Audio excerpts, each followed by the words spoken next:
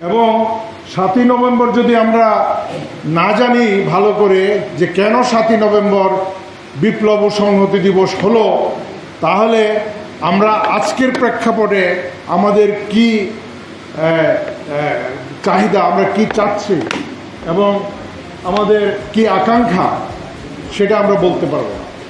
আপনারা জানেন বাংলাদেশের স্বাধীনতার যুদ্ধ কী জন্য সংগঠিত হয়েছিল। সাদেক আহমেদ খান খুব সুন্দরভাবে ধারাবাহিকভাবে এই বিষয়গুলি তুলে ধরেছে।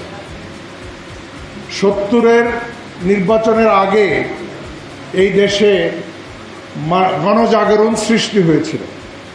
সেই গণজাগরণের প্রেক্ষাপটে নির্বাচন হয়েছে এবং বিপুলভাবে বাংলাদেশের যারা রাজনীতিবিদ তারা জয়ী হয়েছে। এই 12 দফা 6 দফা এবং জন আকাঙ্ক্ষা যাতে প্রতিফলিত হয়, যাতে বাস্তবায়িত হয় সেই উদ্দেশ্যে। কিন্তু স্বাধীনতা যুদ্ধের অনেকটা পরিবেশ সৃষ্টি হওয়ার পরেও একটি দল স্বাধীনতা যুদ্ধের বিপক্ষে ছিলেন। স্বাধীনতা যুদ্ধ তারা করে নাই এবং জনগণকে বলবো বঞ্চিত করেছে এবং শেষ পর্যন্ত আত্মসমর্পণ করেছে। আপনারা একটি আওয়ামী লীগের নেতাও পাবেন না যিনি সশস্ত্র যুদ্ধে অংশ নিয়েছে। তারা বরং ওই 2-3টা বাহিনী, মুজিব বাহিনী, সিএনসিস বাহিনী এবং তমুক নাম দিয়ে আমাদের সেক্টরগুলি যেভাবে সুসংগঠিতভাবে যুদ্ধ করছিল সেখানে ওরা নানাভাবে ডিস্টার্ব করেছে এবং ওরা প্যারালেল কিছু একটা করার চেষ্টা করছিল এই ভেবে যে যদি মুক্তিযোদ্ধাদের হাতে দেশ চলে যায় দেশ স্বাধীনের পরে, তাহলে সেই দলটি বঞ্চিত হতে পারে। এই ভয়ের কারণে তারা মুক্তিযোদ্ধাদেরকে তেমনভাবে সহায়তা করে নাই। কিন্তু মুক্তিযুদ্ধ তো হয়েছে এই দেশের সাধারণ মানুষের অংশগ্রহণে। আমি একটা বই লিখেছি মুক্তিযোদ্ধা কল্যাণ ট্রাস্টে থাকতে, যে যাদের রক্তে মুক্ত এ দেশ। আপনি বই দেখলে দেখবেন যে এই দিনমজুর, রিক্সাওয়ালা, মাটি কাটার লোক, তারপরে আপনার সাধারণ কর্মচারী, সাধারণ ছাত্র, সাধারণ সমাজসেবী, 99 মুক্তিযোদ্ধা বা 90 মুক্তিযোদ্ধা ছিলেন ওইখানকার কোনো আমরা যারা ইংরেজিতে বলি এলিট পিপল মানে হলো যারা নাকি খুব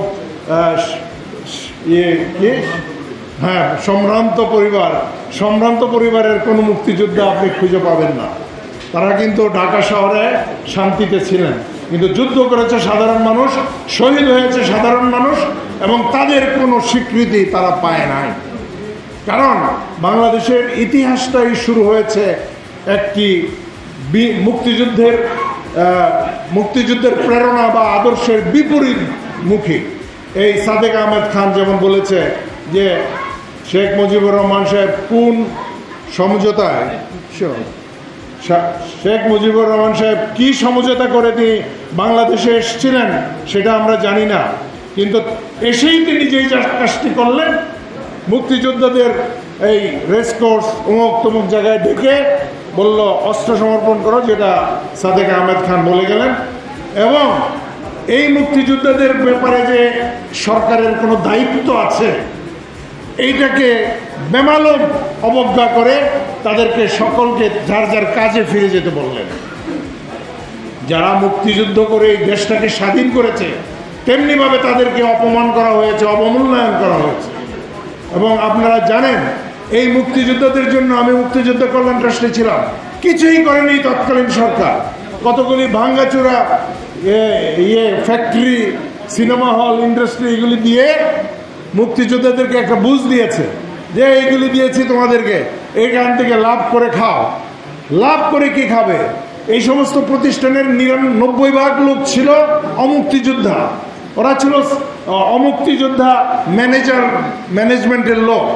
ওরা এইটার যত মানে এটার ভিতরে যত ক্রিম সব খেয়ে দিয়ে মুক্তিযোদ্ধা কল্যাণ ট্রাস্টকে খুব অল্প টাকাই দিত, যার জন্য একটি শহীদ পরিবারকে, একজন যুদ্ধাহত মুক্তিযোদ্ধাকে অতি সামান্য সহযোগিতা করা হতো।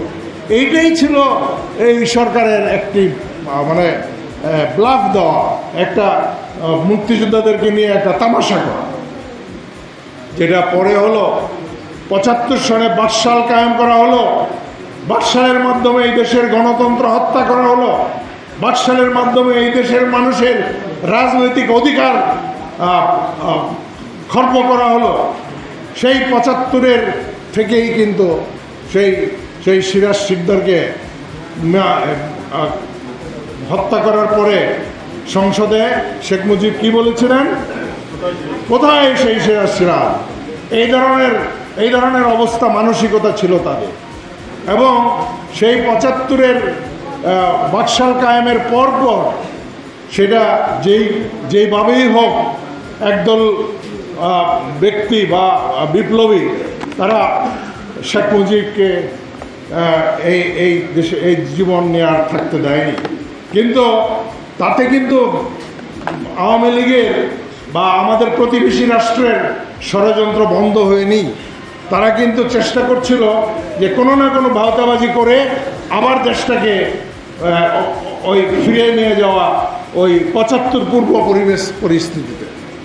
তার জন্যই কিন্তু শেষ পর্যন্ত ওই বিপ্লব ও সংহতি দিবস বা ৭ই নভেম্বরের বিপ্লব সংগঠিত হয়। যদি ৭ই নভেম্বরের বিপ্লব সংগঠিত না হতো তাহলে এই দেশের স্বাধীনতা বিপন্ন হতো। এই দেশের স্বাধীনতা ৫ বছরের মধ্যেই, ৪ বছরের মধ্যেই এটা আবার পরাধীন রাষ্ট্রে পরিণত হতো।